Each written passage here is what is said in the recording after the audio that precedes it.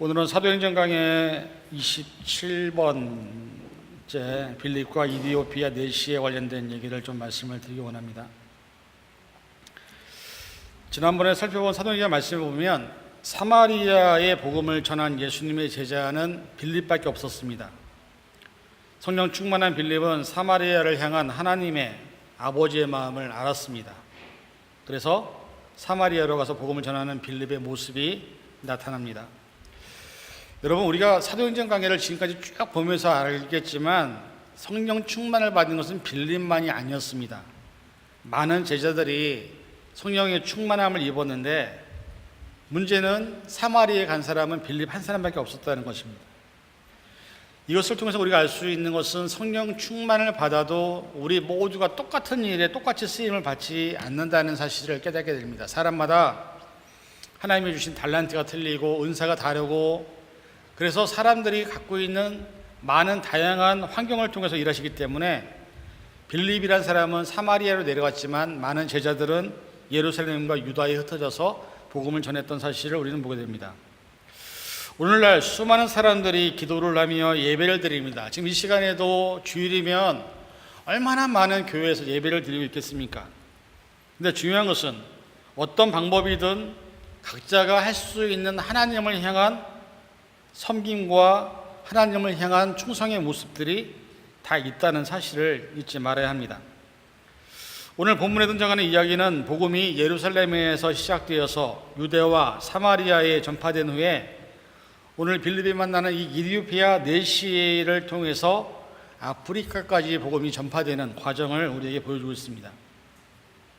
우리가 알다시피 예루살렘에 시작된 복음은 스데반 집사님의 순교를 통해서 로마가 엄청난 박해를 시작을 했습니다. 그래서 많은 사람들이 유대인으로 흩어지면서 그들은 흩어진 곳에서 복음을 전하기 시작했고, 예수님의 마지막 지상명령인 예루살렘과 온 유대와 사마리아 땅끝까지 이르러 내 증인이라 하실 말씀에 의지해서 어떻게 보면 이 땅끝에 속하는 이 아프리카, 그 당시에는 땅끝이 아프리카일 수도 있습니다. 왜냐하면 로마라는 그 지역 안에서만, 예루살렘의 지역 안에서만 복음이 시작이 되기 때문에 땅끝의 개념을 그렇게 볼 수도 있습니다. 그러나 중요한 것은 이 빌립이 내시, 이디오피아 사람 내시를 만나면서 아프리카로 복음이 전해지는 사건이 등장을 합니다. 여러분, 여기 오늘 본문에 보면 두 사람이 등장을 합니다. 한 사람은 예수님의 제자 빌립이고요, 다른 한 사람은 이디오피아의 여왕의 재산을 관리하는 내시입니다. 이 두 사람이 갖고 있는 미닝이 있습니다. 빌립이란 사람은 누구를 대표하냐면 먼저 교회를 믿은 사람들, 먼저 예수님을 알게 된 사람들, 먼저 교회를 다니며 신앙생활을 하게 된 사람들, 그리고 예수님의 제자가 되어서 성령 충만을 받은 사람들을 대표하는 게 빌립입니다. 그러면 이디오피아 내시는 누구냐? 이제 처음 예수님을 믿기 시작하시는 분들, 그 다음에 교회를 처음 나오시는 분들. 그래서 사실은 빌립과 이 이디오피아 내시와의 만남은 먼저 믿은 사람들이 처음 믿는 사람들을 어떻게 잘 가이드라인을 해주느냐, 그 사람들에게 그것을 어떻게 복음을 전해야 되느냐, 이런 내용들을 우리에게 말씀을 해주고 있습니다. 이디오피아 왕 내시가 본문의 말씀을 보면 예루살렘에 갔다가 다시 돌아가는 길이었습니다. 그는 도실한 유대교인이었습니다. 그런데 이 내시가 읽고 있었던 성경이 뭐냐면 이사야서 53장 7절에 있는 말씀이었습니다. 그가 곤욕을 당하여 괴로울 때 입을 열지 아니했으니 마치 도수장으로 끌려가는 어린 양과 털 깎는 자 앞에서 잠잠한 양같이 그의 입을 열지 아니했도다. 근데 문제는 읽긴 읽는데 이게 도대체 무슨 말인지를 모르겠는 겁니다. 도대체 누가 어떻게 했다는 건지를 모르는 겁니다. 근데 그 당시 이 사람이 내시가 이것을 읽고 있을 때 빌립은 내시와 멀리 떨어져 있었습니다. 왜냐하면 빌립은 사마리아라는 지역에 있었고 이 내시라는 사람은 광야에 있었습니다. 그런데 말씀해 보니까 26절에 주의 사자가 빌립에게 말하여 이르되 일어나서 남쪽으로 가라. 여러분, 광야라는 곳은 어떤 곳이냐면 사막과 똑같은 곳입니다. 낮에는 더워서 사람이 다니지를 못하는 곳입니다. 밤에는 추워서 사람이 살 수가 없는 곳입니다. 그런데 빌립이 있는 사마리아에서 광야에서 남쪽으로 내려가면 빌립도 지식적으로는 거기에는 사람이 살지 않는 곳이라는 것을 알고 있었습니다. 자, 여러분 같으면 어떻게 하시겠습니까? 기도를 하는데 하나님이 오늘 이 시간 나에게 갑자기 성령의 음성을 들려주셔서 저쪽으로 가라. 여러분 가시겠습니까? 빌립이 지금 그런 상황입니다. 기도를 하면서 성령께서 음성을 주시는데 남쪽으로 내려가라. 근데 내려가면 사람도 안 사는 곳인데, 사람도 없는 곳인데 가라고 하는 곳에 대해서 빌립이 했던 행동은 순종이었습니다. 거기서 하나님, 내가 거기 왜 갑니까? 거기 사람도 없는데 내가 왜 갑니까? 더운데 거기 내가 왜 갑니까? 복음을 전하려면 우리는 기본적으로 어떤 생각을 하냐면 사람이 없는 곳에 있는 곳에 가야 된다고 생각합니다. 사람이 많은 곳에 가야 된다고 생각합니다. 왜? 사람에게 복음을 전하기 위해서. 근데 빌립에게 들었던 성령의 음성은 남쪽으로 내려가라. 근데 주님, 거기는 광야입니다. 광야에 누가 있습니까? 그러나 빌립은 거기에 토를 달지 않았습니다. 순종하며 남쪽을 내려갔습니다. 그때 만난 사람이 이디오피아 내시였습니다. 근데 딱 보니까는 이디오피아 내시가 성경을 읽고 있는 겁니다. 성경을 읽고 있는데 고개를 갸우뚱하면서 성경을 읽는 겁니다. 그래서 빌립이 물어봅니다. 너 그거에 무슨 뜻인지 아냐? 그랬더니 나는 읽어도 이게 도대체 무슨 말인지 모르겠다. 그래서 빌립을 청해서 그 병거에 같이 타게 하고 그 병거에서 빌립이 이 사람에게 복음을 전하는 그런 내용입니다. 스데반 집사님이 돌아가실 때 우리가 잘 알다시피 스데반 집사님은 수많은 사람들에게 둘러싸여서 돌을 맞으면서 돌아가셨습니다. 근데 여러분 지난번에 말씀드렸던 것처럼 여러분이 사람에게 돌을 맞으면 어떻게 행동을 취할 것 같습니까? 일단 고개를 숙입니다. 그리고 돌이 날아오는 것을 어떻게든 막습니다. 근데 스데반 집사님은 돌아가셔서 어떻게 돌아가셨냐면 얼굴을 하늘을 향해서 들고서 돌을 맞으면서, 집사님은 무슨 일을 하셨냐면 자기를 향해서 돌을 던지는 사람들을 위해서 용서의 기도를 하셨습니다. 하나님, 저들이 나를 향해 돌을 던지고 나를 죽이려 하지만 저들은 자신들이 하는 일이 무엇인지 잘 알지 못합니다. 저들을 용서해 주세요. 스데반 집사님의 모습은 용서가 무엇인지, 사랑이 무엇인지를 보여주는 순교의 모습이었습니다. 그것이 어떻게 보면 사마리아 사람들, 어저께 불후의 명곡인가요? 그거를 잠깐 봤는데 거기에 그 흑인 아이인데 되게 한국에서 핫한 그 모델이 나오더라고요. 근데 알고 봤더니 엄마는 한국 사람이에요. 아빠는 흑인이에요. 근데 아이들이 6명인데 그 중에 큰 애가 한국에서 탑 모델이래요. 키가 정말 커요. 그래갖고 지금 한참 뛰어오르는데 어저께 가족들이 모여 나와서 이제 노래를 경연하는 걸 이렇게 봤는데, 여러분 어떻습니까? 한국 사람과 흑인이 결혼을 해서 아이를 낳았습니다. 한국 사람들이 볼 때 이 아이를 어떻게 이해를 할까요? 한국 사람과 우리 요즘에 한국이 그러잖아요. 많은 다른 나라 민족과 결혼을 많이 하자. 그러면 여러분들은 그 아이들을 어떻게 바라보십니까? 사마리아 사람들은 유대인과 이방인과 결혼한 사람들 중에서 낳은 아이들이 모인 사람들이 사마리아 사람들입니다. 유대인들은 전통적인 혈통을 유지하기 때문에 자기들의 피가 다른 나라 피 사람이나 섞인 것을 용납을 못합니다. 게다가 이방인과 섞였다? 그래서 사마리아 사람들을 유대인은 어떻게 바라봤냐면 개로 봤습니다. 개보다도 못한 존재로. 근데 빌립이라는 사람이 사마리아로 가서 복음을 좀 전하는 겁니다. 이유가 왜일까요? 예수님의 복음은 인종을 초월합니다. 어저께 그 가족 중에 제가 너무 놀라서, 자, 여러분들이 부모님이라면 그럼 어떻게 하시겠어요? 남자보다 여자가요 17살이 많아요. 근데 결혼했어요. 그러니까 남자보다 여자가 17살이 많으면 여러분들 결혼시키실까요? 네? 어떠실 것 같습니까? 여자가 40살이면 남자는 23살밖에 안 돼요. 근데 결혼했어요.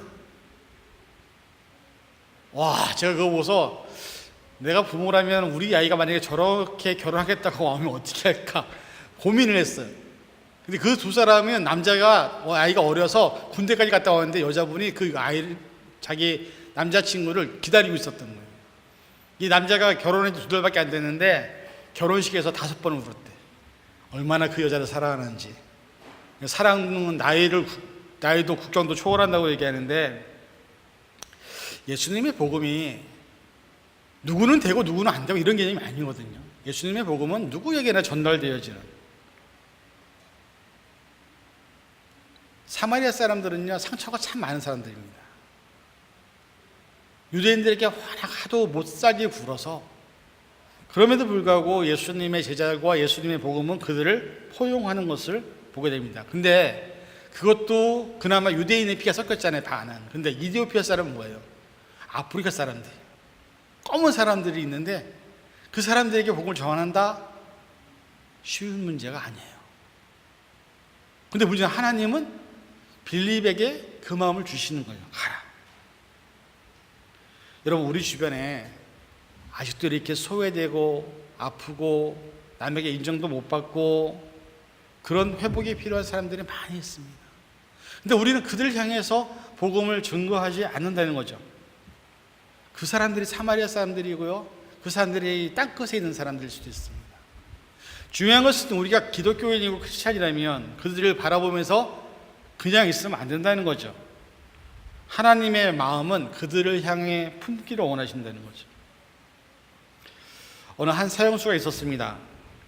사형수가 사형을 집행당하기 전에 집행관이 마지막 소원을 물어봤습니다. 넌 소원이 뭐냐? 그랬더니 목사님이 와서 자기를 영혼을 위해서 기도해 줬으면 좋겠다고 얘기했어요. 이분은 교회를 안 다니는 분인데, 근데 목사님이 와서 그 사람을 위해 눈물로 진심으로 기도를 해줬습니다. 이러면서 잠깐의 시간이지만 그 시간에 그 사람에게 예수님을 전했습니다. 그때 갑자기 이 사형수가 너무너무 갑자기 얼굴이 막 밝아지는 거예요. 왜냐하면 그전까지는 이제 죽을 입장이니까는 자기가 죽으면 어떻게 되지, 어떻게 죽을까, 이거 고민하고 있었는데, 목사님의 복음을 받아들이고 난 다음에 이 사형수 얼굴이 갑자기 확 밝아져서 그러더니 손을 바짝 뜨는 거예요. 나 할 말 있다고. 사형을 보기 위해서 모인 사람들에게 나 할 말 있다고, 나 한마디만 하게 해달라고. 그래서 집행관이 그러면 한마디 해요. 어차피 마지막이니까. 그랬더니 이 친구가 뭐라고 얘기하냐면, 나는 오늘 목사님을 통해서 내가 지금 죽는 게 아니라 새로운 나라를 가기 위한, 천국을 가기 위한 준비라는 사실을 난 알게 됐다. 근데 사실 나는 지금까지 사형수로 지내올 때까지 한 번도 누구에게도 이런 복음의 메시지를 들어본 적이 없다. 만약에 이것을 들었다면 나는 아마 이렇게 살진 않았을 거다. 내가 부탁하는데 나는 죽지만 목사님부터, 앉아있는 여러분들부터 제발 이 복음을 다른 사람에게 알려줘라. 내 마지막 유언이다. 그리고서 그분은 사형이 집행이 되었다는 얘기했습니다. 사마리아의 제자들이 성경을 받았어도 빌립만 갔어요. 중요한 것은 예수님의 말씀에 순종하는 것은요, 우리가 해야 될 일이지만 그렇다고 해서 누구나 다 하는 것은 아닙니다. 근데 저는 개인적으로 그 중에 한 분이 여러분이 좀 되었으면 좋겠습니다. 1873년 뉴욕을 향해서 가던 로크 에른호라는 배가 있었습니다. 근데 이 배가 이게 조종하는 그 키가 있잖아요. 이게 고장이 나는 바람에 항로에서 이탈해서 바위에 부딪혔어요. 구멍이 났어요. 거기에 수많은 사람들이 타고 있었는데, 근데 이 배가 점점점 이제 조류에 밀려가면서 지금 이제 침몰하고 있는 상황이 있는데, 그 배에 어떤 사람이 있었냐면은 쿡이라는 목사님이 타고 계셨습니다. 배는 침몰해가고 사람들은 죽겠다고 아우성거리고 그럴 때 이 쿡이라는 목사님이 기도를 막 해서, 하나님 어떻게 됩니까? 우리를 살려주셔야 되지 않겠습니까? 기도를 막 하는데 마음에 우리가 살 수 있다라는 확신이 들더래요. 그러면서 마음이 되게 편안해지는 걸 느꼈대요. 근데 그때 갑자기 저 다른 쪽에서 배가 한 대가 다 오는 겁니다. 그러면서 그 배를 통해서 이 배에 있는 모든 사람들이 구조가 됐습니다. 근데 놀라운 사실은 그 배가 왔던 그 배의 선장이 그리스도인이었거든요. 근데 이 쿵 목사님이 배가 가라앉는 상황에서 기도를 하고 있을 때 이 배의 선장님도 똑같은 시간에 기도를 하고 있었는데 갑자기 선장님 마음에 하나님께서 마음을 주시더래요. 북쪽으로 빨리 가라. 북쪽으로 빨리 회항해서 배를 돌려라. 이 선장은 아무 생각 안 하고 하나님이 주시는 마음이니까 배를 전속력으로 해서 북쪽으로 막 가다 보니까는 저기에 배가 한 대가, 큰 배가 침몰을 하고 있는 상황인 거예요. 성령이라는 목사님이 기도했던 시간과 이 선장님이 기도했던 시간에 똑같은 시간에 기도를 하니까 하나님이 그 마음을 연결시키셔서 배를 통해서 이 배를 구원시키는 일들이 있었다는 실제적인 사건이 있었습니다. 성령의 음성을 듣는다는 건 그런 겁니다. 내가 내 뜻대로 내 마음대로 되지 않지만 하나님이 내게 마음을 주시면 그 마음에 순종해서 감당할 때 우리는 놀라운 일들을 만날 수 있게 된다는 사실이죠.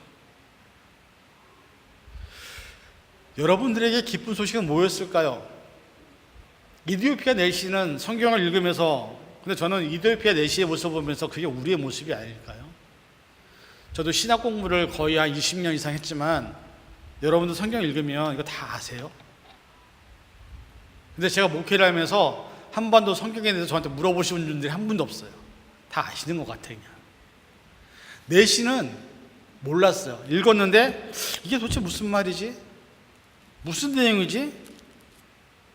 그렇게 궁금해할 때에 성령을 통해서 빌립이라는 사람을 만나게 하시고 빌립을 통해서 그분이 예수 그리스도라는 사실을 알게 하셨다는 것입니다.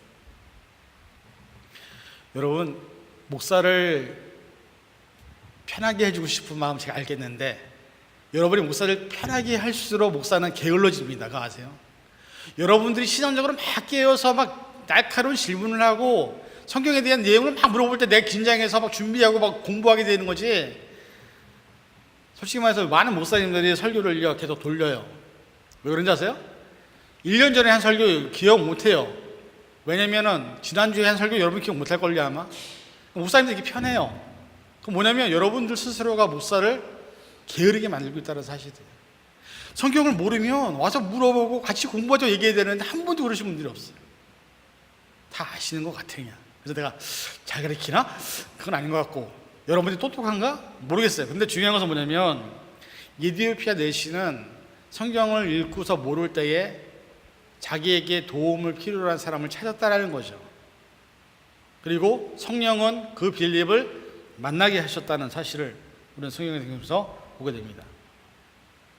복음은 하나님의 마음과 사랑을 품고 있습니다. 그래서 복음이라는 것은 사람, 인종 뭐 다 떠나서 품는 거예요. 그 사람들을 포용하는 겁니다.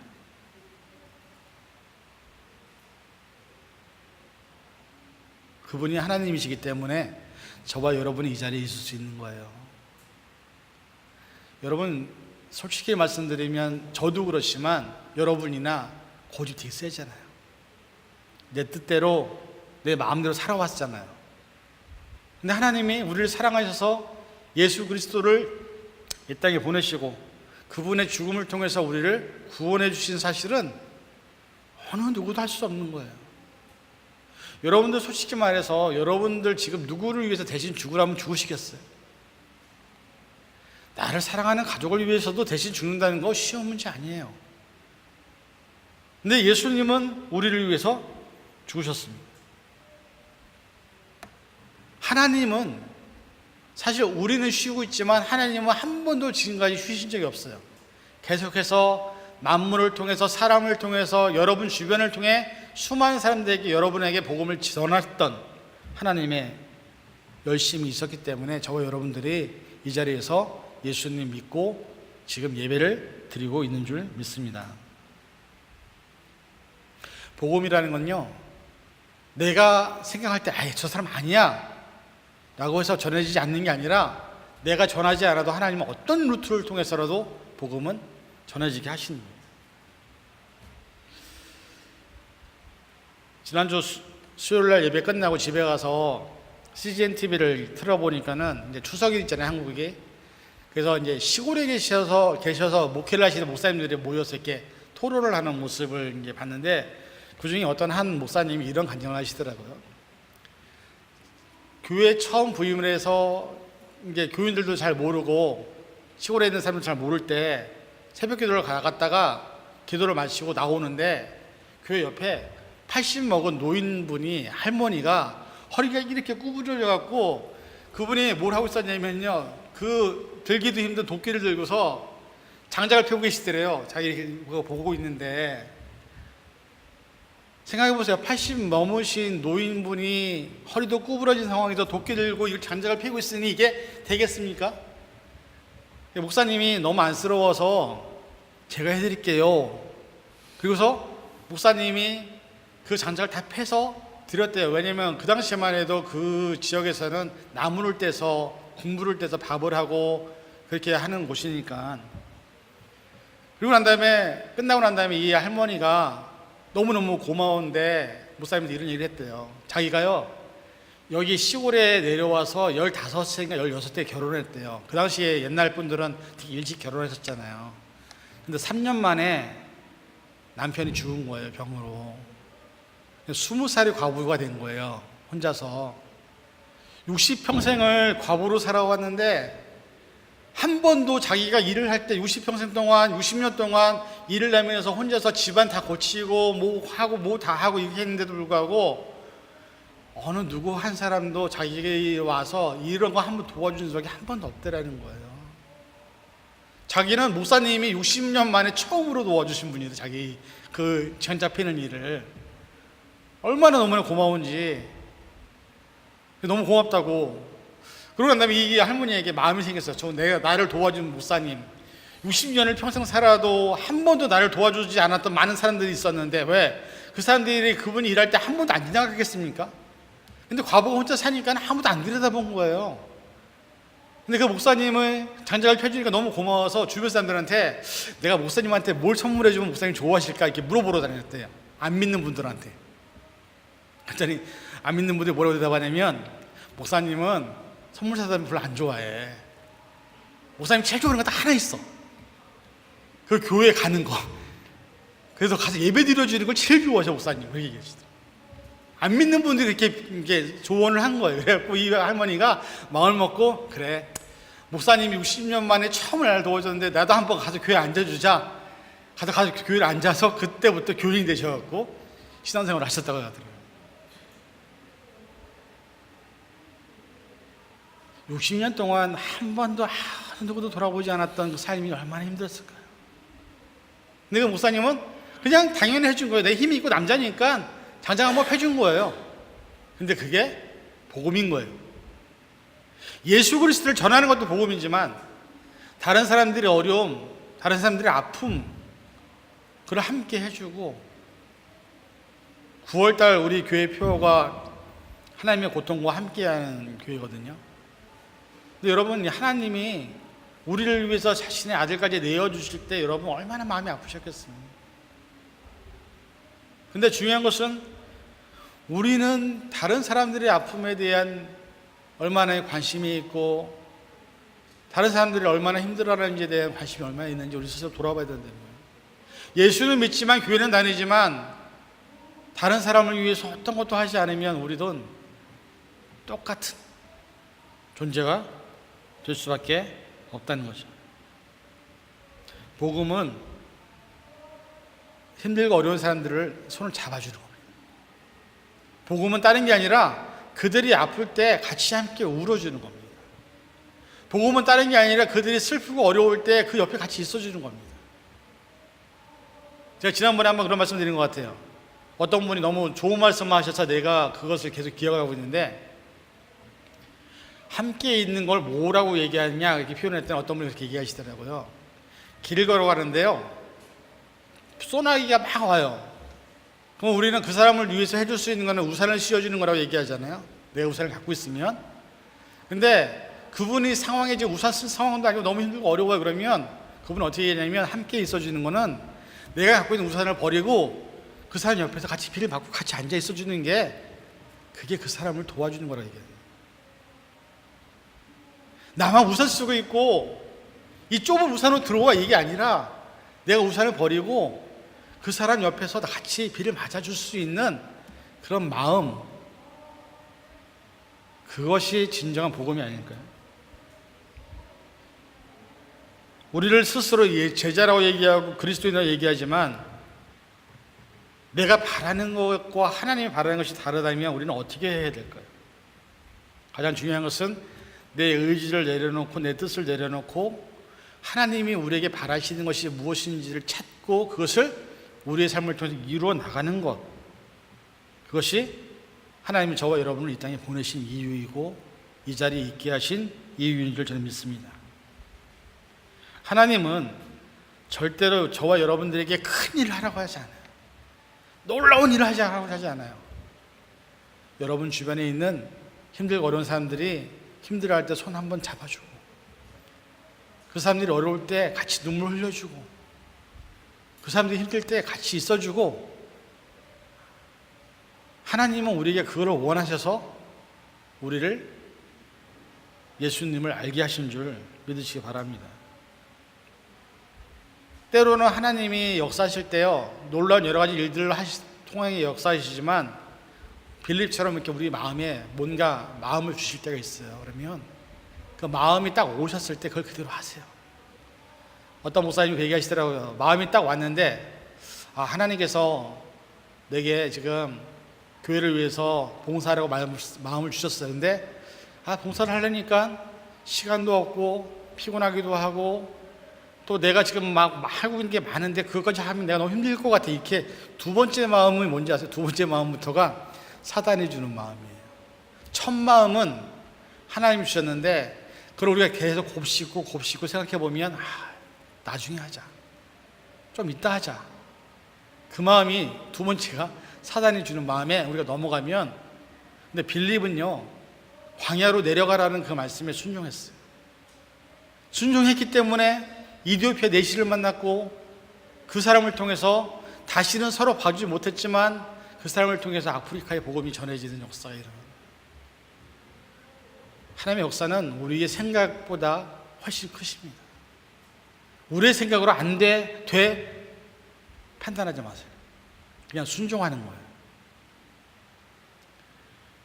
하나님이 여러분들을 통해서 빌립과 같이 역사를 하실 때가 분명히 있습니다. 그때 그 주시는 마음대로 그냥 순종하시면 하나님의 예비하신 놀라운 축복을 받아 누리게 될 줄로 믿습니다. 오늘 이 시간 여러분에게 하나님이 어떻게 일하실지는 저는 잘 몰라요. 그러나 여러분이 스스로 제일 잘 알아요. 하나님이 내게 원하시는 것, 내게 바라시는 것, 그것을 순종하고 거기에 내가 하나님의 말씀에 따라 살 때에 하나님은 여러분을 통해서 많은 영혼들을 구원시키기를 원하고 계실 줄 믿습니다. 저 여러분들이 그런 하나님의 부르심에 싫어요, 안 해요 그렇게 대답하지 마시고, 네, 제가 여기 있습니다, 나를 써 주시옵소서라고 고백하는 그런 저와 여러분이 되어서 여러분을 통해서도 한 영혼이라도 구원되는 그런 역사가 나타날 수 있기를 주님의 이름으로 간절히 축원을 드립니다. 기도하겠습니다.